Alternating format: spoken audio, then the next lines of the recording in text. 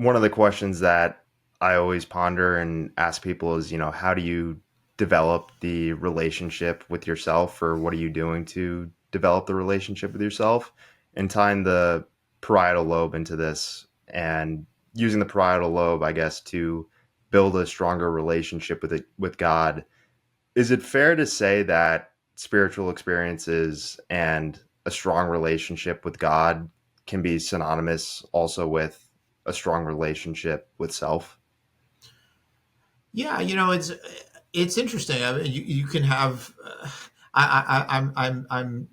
I'm always amazed at the diversity of experiences that people have, and so to your point, yes. I mean, sometimes when people have a very strong perspective of God, they wind up developing a strong sense of who they are, a strong sense of meaning and purpose, and so it fosters that very intense feeling of a sense of self.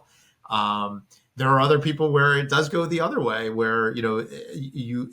In fact, I remember many years ago talking with my late mentor and colleague, a fellow by the name of Dr. Eugene DeQuilly, who was a psychiatrist, and we said, well, if holding on to your sense of self is kind of fundamental to being a human being, and then you're going to have this experience where you completely lose that sense of self, isn't that bad? Like, why is that good? Because the experiences always seem to be good, but there is something about sort of an expanded sense of self, that it's not just you as a person sense of self, but it's you as a sense of self now connected to God, to the universe. So your sense of self now, isn't just this like individual being who is very finite and mortal and flawed, but it's this very finite, flawed being who is now enhanced by being connected to something that is eternal and omniscient and all powerful. So it can kind of cut both ways, but most definitely, for the people who have those experiences, we do see a lot of people talking about a much more profound sense of who they are as a person, and how they interact with the world around them. A major reason why people have, I think, such a strong relationship with God is because we're in awe of God, or there's a mysticism about God, and there's always that continued exploration. How can people go about bringing that same type of energy in relation to themselves and release themselves from either concrete identity traits that they always abide by, or just thinking that they truly know who they are as a person? Yeah, I mean, that's a tough question, because it, so our brain is trying to come up with a whole sort of system about how the world works that allows us to survive. And so however we come to how each of us come to our way of thinking about the world, the beliefs that we hold, and whether they're religious or moral or political or whatever, they help us through our world. And for better or for worse, if they bring us to today, they have helped us to survive to today. So then the question is, well, but are they really good and positive and kind of foster that sense of well-being and so forth, or actually are they kind of detrimental, but they've gotten us here, so they must be okay, kind of thing. And just on a purely psychological level, we know that, for example, when people have been brought up, young children and so forth, who have been abused as children, while they hated being abused, when they grow up, sometimes they get into relationships in which they continue to be abused because there's sort of an odd familiarity to it.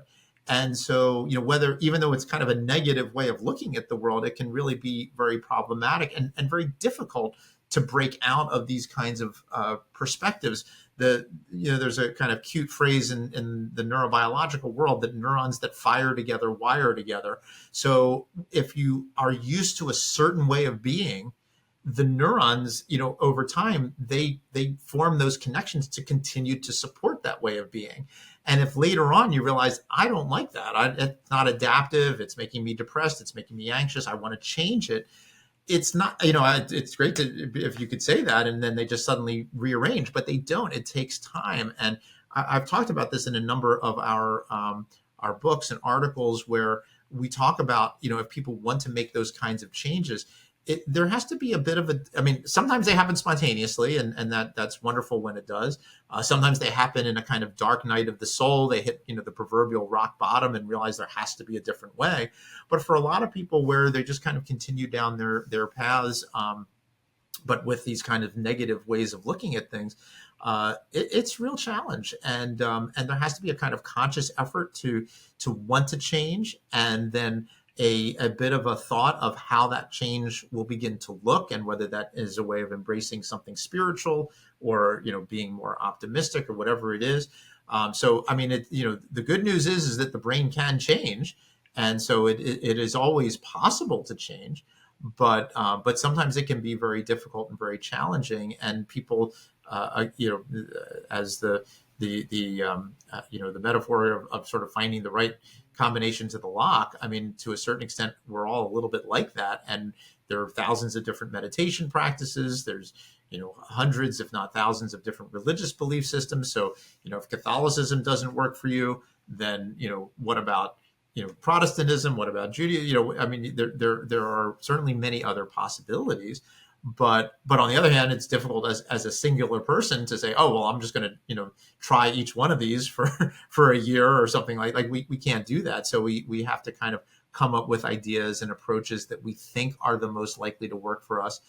Again, that's part of where I would love to see neurotheology help us, which is can we look at certain characteristics, certain traits of people, and find pathways that seem to be more likely to be helpful for them, and give people a little bit more direction, and say, okay, well, you're a 22-year-old, college student who is really struggling with anxiety.